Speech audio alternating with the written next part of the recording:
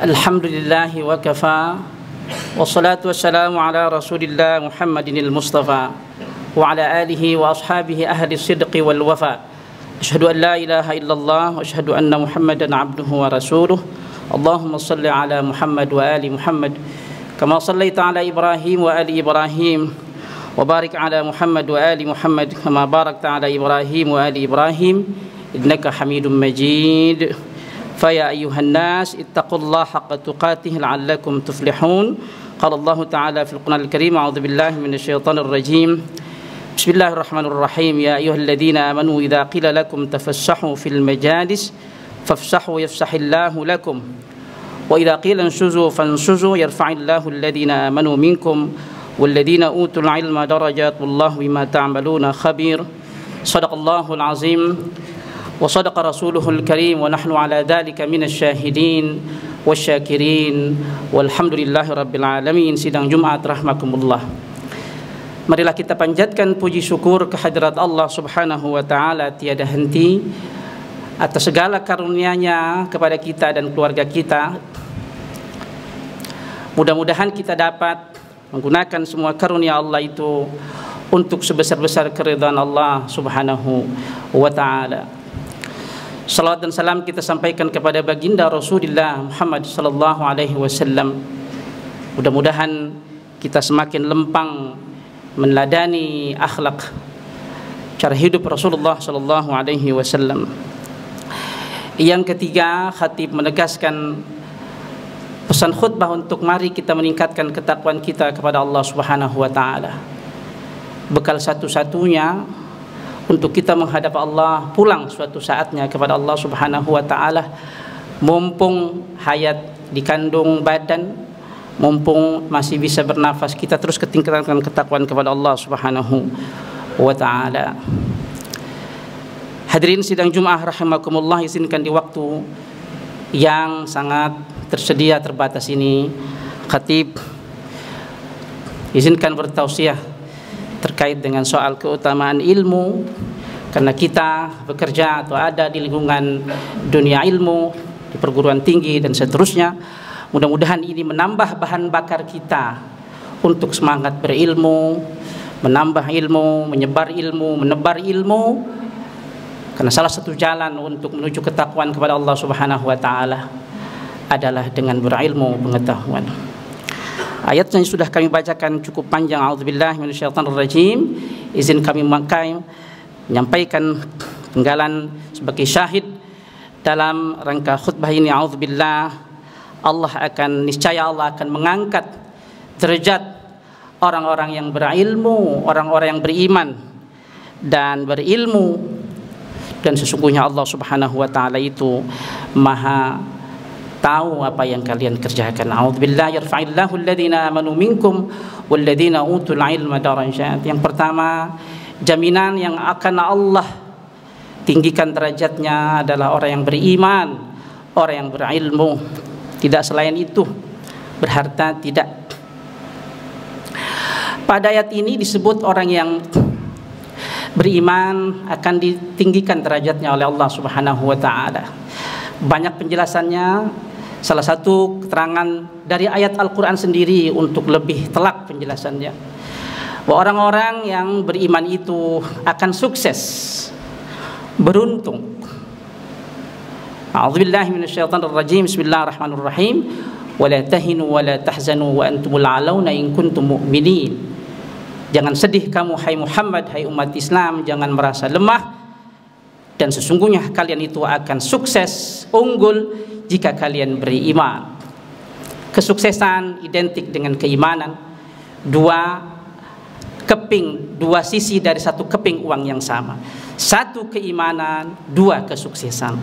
Ayat ini terkait dengan kesejarahan kekalahan umat Islam dalam perang Uhud karena tidak beriman ketaatan kepada Rasulullah untuk menjaga Jabal Rumat, ya, gunung yang harus dijaga oleh 40-50 pemanah di kota Madinah. Yang sudah umrah dan haji bernapak tilas bisa ke gunung Uhud itu.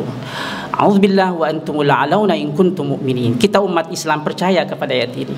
Kalian akan unggul jika kalian beriman. wa antumul a'launa in kuntum mu'minin. Jenis ketinggian apapun dapat kita urai, tapi yang paling penting adalah bagaimana kita ada di dalam hati kita, keimanan yang khalis, yang murni, bening dan bersih di hadapan Allah Subhanahu wa taala. Jangan ada syirik. Yang kedua, ayat ini meniscayakan Allah, bukan meniscayakan, Allah menjanjikan akan mengangkat derajat orang-orang yang berilmu. Banyak penjelasannya. Salah satu penjelasannya yang dapat kita ambilkan misalkan dari hadis, yang dapat kita simpulkan ketertinggian derajat adalah masuk surga Allah Subhanahu wa taala berdasarkan hadis, man salaka tariqan yaltamisu fihi ilman sahhalallahu lahu tariqan ilal jannah. Hadis sahih. Siapa orang yang ada di dalam jalan ilmu, baik dia pengajar maupun pembelajar, Allah akan mudahkan jalannya kepada jalan surga Allah Subhanahu wa taala. Hadirin sidang Jumat rahimakumullah, pertanyaannya, siapa utul ilm itu? Siapa orang yang berilmu itu? Orang yang punya wawasan tinggi mungkin. Orang yang punya gara-gara ilmunya dia menjadi kaya mungkin saja. Orang yang punya luas jaringannya mungkin saja, kan disebut mungkin, ada benarnya, ada mungkin juga tidak benarnya, karena belum kita dihadapkan kepada Al-Quran dan Sunnah Rasulullah SAW. Kita di masjid ini mendengar Allah dan Rasulnya.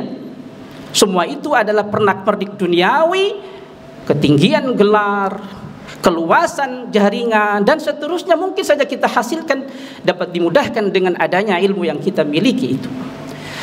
Pertanyaannya adalah orang berilmu seperti apa? Al-Quran dengan telak mengatakan orang-orang yang takut kepada Allah Subhanahu wa taala. Innama yakhshallaha min ibadihi al-ulama. Telak sekali. Orang yang masuk sebagai akan diangkat derajatnya sampai jauh ke surga sana adalah orang yang takut kepada Allah Subhanahu wa taala. Al-Imam Ibn Taimiyah mengingatkan kita bersama, pokok kebahagiaan dunia dan akhirat adalah takut kepada Allah Subhanahu wa taala. Aslus sa'adati fid dunya wal akhirati makhafatullah. Pokok kebahagiaan dunia dan akhirat adalah takut kepada Allah Subhanahu wa taala. Karena itu maka Rasulullah sallallahu alaihi wasallam ada menasihati kita umatnya dengan hadisnya. Ilmu itu ada dua, kata Rasulullah. Al-ilmu ilmani. Satu ilmu yang ada di dalam hati. Wadzalika ilmun nafi, ilmu yang bermanfaat, ilmu yang ada di dalam hati, bukan hanya masuk kepada fakultas otak pikiran, tapi masuk kepada fakultas hati, menjadi ilmu yang bermanfaat. Pemiliknya dia tertunjuki dan dia bisa menunjuki kepada orang-orang di sekitarnya. Yang kedua, kata Rasulullah sallallahu alaihi wasallam, ilmu yang hanya ada di lisan doang, menyampaikan doang, di lisan doang. Satu pepatah mengatakan, menanam tebu hanya di atas mulut lisan saja. Jangan sampai kita ada di dalam satu kesempatan menyampaikan ilmu hanya ada di lisan doang, hanya di lisan saja, tidak masuk ke dalam hati.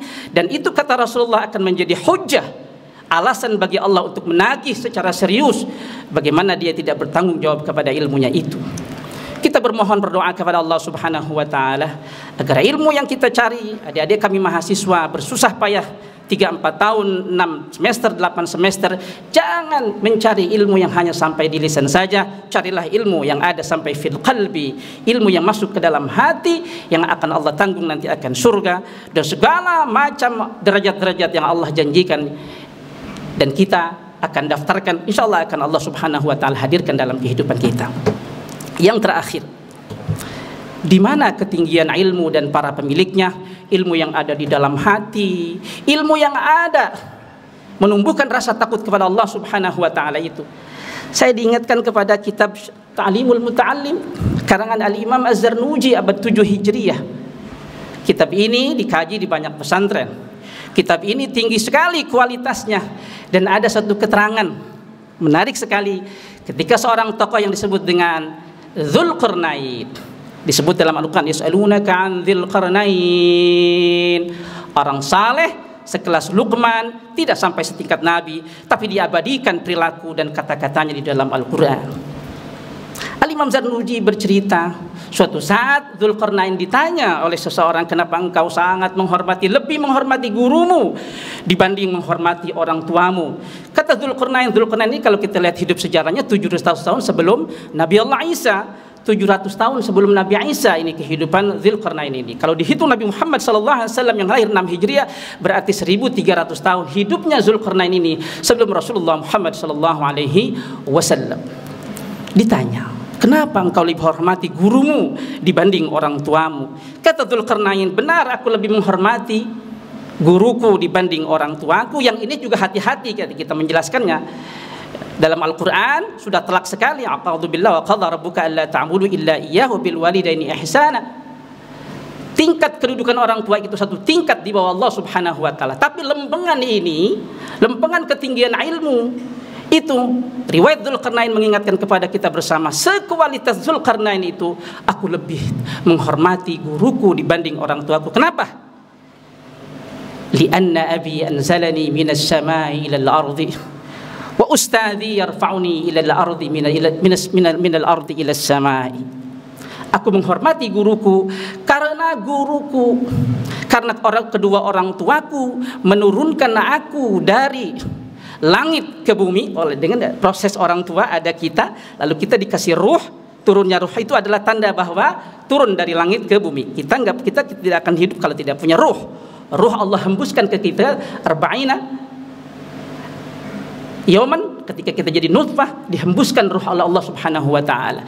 Dihembuskannya ruh itu adalah tanda bahwa ruh itu dari langit ke bumi, tanda bahwa orang tua kita itu dalam tanda petik menurunkan kita dari langit ke bumi.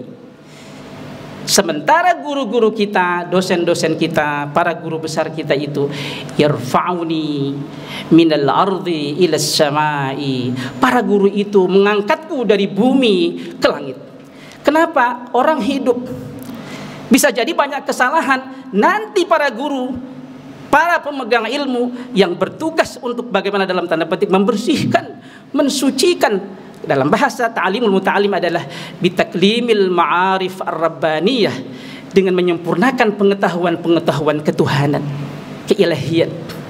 Para guru, para dosen semua bertugas bagaimana terhadap muridnya, terhadap mahasiswanya, melengkapi, menyempurnakan perilaku para anak didik kita itu dengan al-ma'arif ar-rabbaniyah, pengetahuan-pengetahuan ketuhanan, akhlak-akhlak ketuhanan.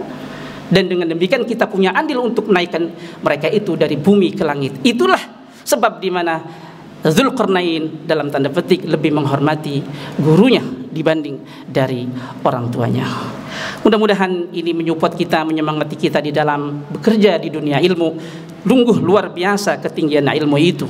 Allah Subhanahu wa taala banyak berfirman, dan salah satunya kita tahu sebagai ada perintah untuk berilmu. Iqra bismi rabbikal ladzi khalaq, khalaqal insana min 'alaq, iqra wa rabbukal akram alladzi 'allama bil qalam. Jangan kita sia-siakan.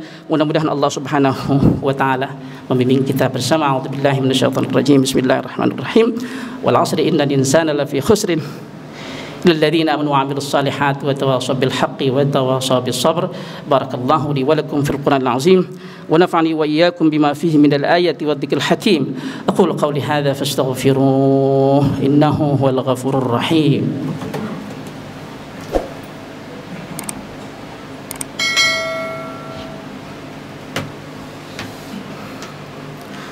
الحمد لله الحمد رب العالمين والصلاة والسلام على أشرف الأنبياء والمرسلين محمد وعلى آله وأصحابه أجمعين. أشهد أن لا إله إلا الله وأشهد أن محمدا عبده ورسوله.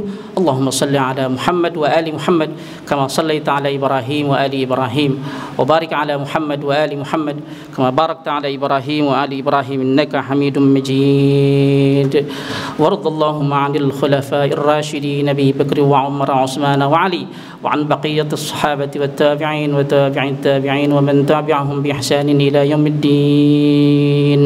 اللهم اغفر للمؤمنين والمؤمنات والمسلمين والمسلمات الأحياء منهم والأموات اللهم أعنا على ذكرك وشكرك وحسن عبادتك اللهم إنا نسألك من خير ما سألك منه نبيك محمد ونعوذ بك من شر ما استعاذك منه نبيك محمد وأنت المستعان وعليك البلاغ ولا حول ولا قوة إلا بالله العلي العظيم ربنا آتنا في الدنيا حسنة وفي الآخرة حسنة وقنا عذاب النار عباد الله إن الله يأمر بالعدل والإحسان وإيتاء ذي القربى وينهى عن الفحشاء والمنكر والبغي يعظكم لعلكم تذكرون فاذكروا الله العظيم يذكركم واشكروه على نعمه يزدكم واسألوه من فضله يعطكم ولذكر الله أكبر أقيموا الصلاة